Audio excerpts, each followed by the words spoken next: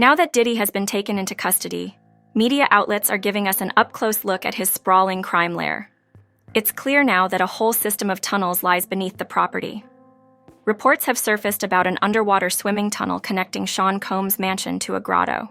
We're talking about tunnels in the mansion of a billion-dollar rap mogul, and who's actually caught up in a sex trafficking scandal and is accused of doing way worse than Epstein or Bill Cosby. We're talking about literally drugging and raping people. These are all alleged accusations. I don't like to get into criminal accusations before we see any real charges, but that's what's going on here. The wrap-up is that Sean P. Diddy Combs, as he's known, was essentially running an Epstein-style operation out of Hollywood, out of Los Angeles, to continue to blackmail people with cameras around his mansion, literally bringing underage women, drugging them, and then putting celebrities into compromising positions for blackmail, even being able to buy out police officers.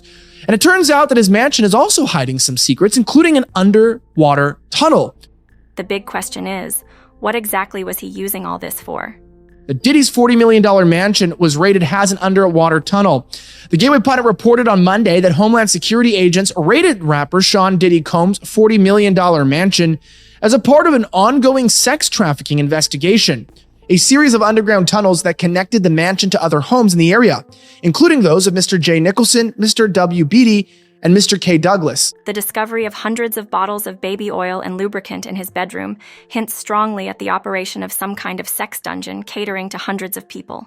On scene here that we're getting this information from. We were actually the first ones here with about 30 different law enforcement vehicles at least. There are 3 Bearcats on scene here. This just all unfolded, Sandra, I would say, home that is registered to Bad Boy Films, which is part of Bad Boy Entertainment. And the home in particular is registered not only to Bad Boy Films, but to one of P. Diddy's daughters. They are heavily armed and they've been very tactful. What they did was made their way into this garage that you see is open right there. Now, they did take a couple people into custody. The NYPD chief on the case has just realized the case is more complicated than it seems. It turns out the FBI is not only searching Diddy's house, but is also in on the whole operation. The feds are destroying tapes from Diddy's house to protect some very powerful people. Homeland Security is covering up the bodies of young children found inside the tunnels under his Miami home so that they can't be linked to the government. It's a lot like Epstein's sex trafficking ring. Every person at the top, ranging from Hollywood celebrities to government officials, is involved, and everyone wants to clear their name. Diddy said he's not going down alone, which means he's going to sing like a canary so people are scared.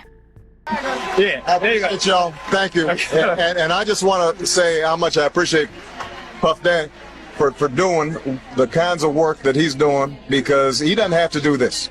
But this is part of what is important about giving back. Yes, we applaud you, and I want to apologize for not sweating, but I do this so much. I'm so cool. I just want y'all to see everybody I'm interviewing is sweating. I'm not even touching my brow. I'm so cool, and I want to apologize. I ain't trying to make you look bad or nothing like that, but I'm just so cool. We a t-shirt. I tell you, if he was wearing one of those fancy designer clothes he's designing, he'd be sweating just like me. Ex-NYPD detective Derek Parker says Sean Diddy Combs' sex trafficking case is looking like a RICO case that may take down celebrities, politicians, and people of great influence. This is bigger than even R. Kelly. And you have high-profile celebrities and maybe even politicians or people of influence that might be on these tapes. It has all the makings of a similarity to what Diddy's case is. I think they're looking at this case more like a RICO because it has all the components of that, which is a racketeering, influence, corrupt organization. So you have a leader of a particular group, which would be Diddy, and then you have people that are working under him. So these are all the components of a federal case because it crossed state lines. P. Diddy is a global megastar with a net worth of $800 million and a career spanning 3 decades. He started out as an intern at Uptown Records and went on to develop artists such as Mary J. Blige and the notorious B.I.G. But he's been absolutely no stranger to controversy, lawsuits and charges. And earlier this month, when horrifying footage showing Cassie being kicked and beaten in a hotel in 2016. I make no excuses. My behavior on that video is inexcusable. I take full responsibility for my actions in that video. I'm disgusted. I was disgusted then when I did it. I'm disgusted now. I went and I sought out professional help. I had to go into therapy, and go into rehab. Had to ask God for his mercy and grace.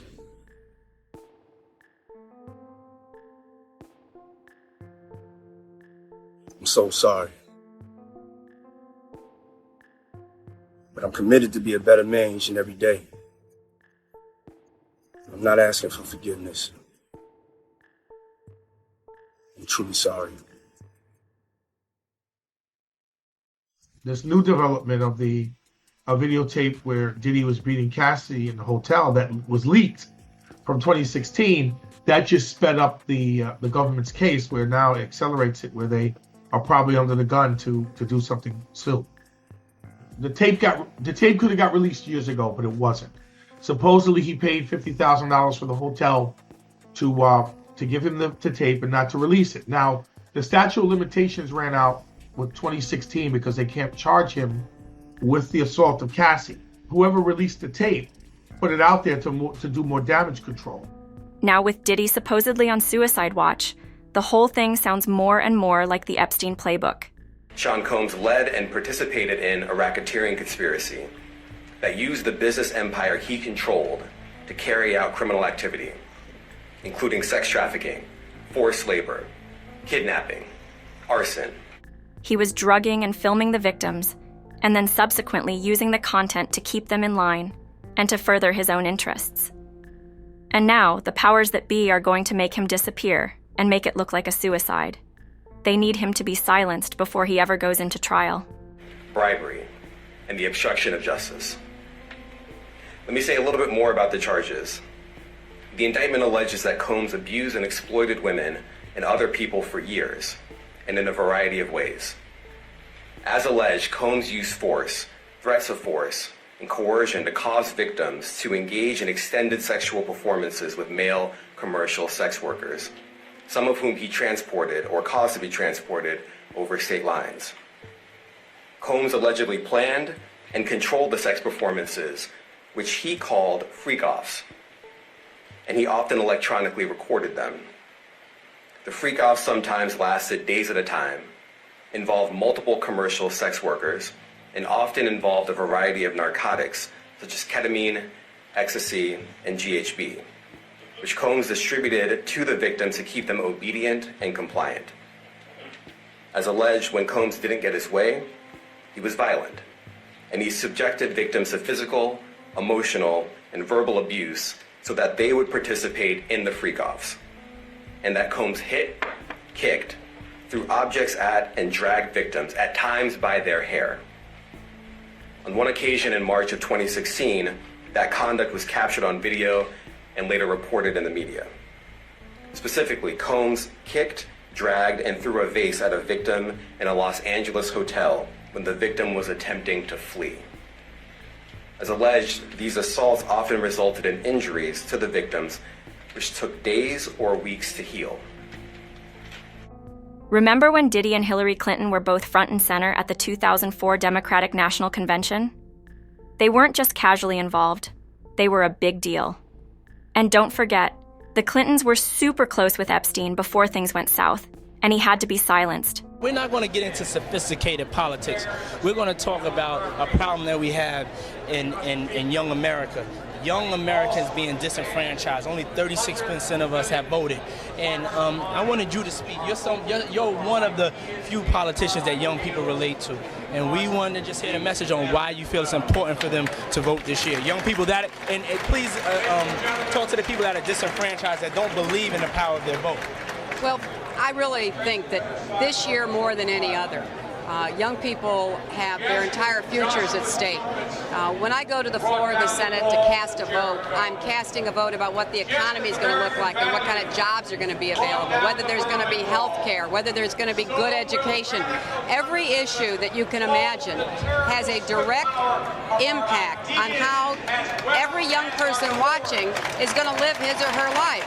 And so I would hope that this year, more than any other, people would stop and think, hey, you know, do I want to wake up in 5 years and, you know, have more violence in the streets than we do now, more homelessness, more people out of work, you know, kids not even having a chance to get educated, hospitals closing down. This is a direct impact on their lives, and I believe your slogan, vote or die, is accurate.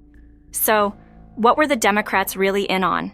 And more importantly, what does Hillary actually know? There's definitely something they're not telling us.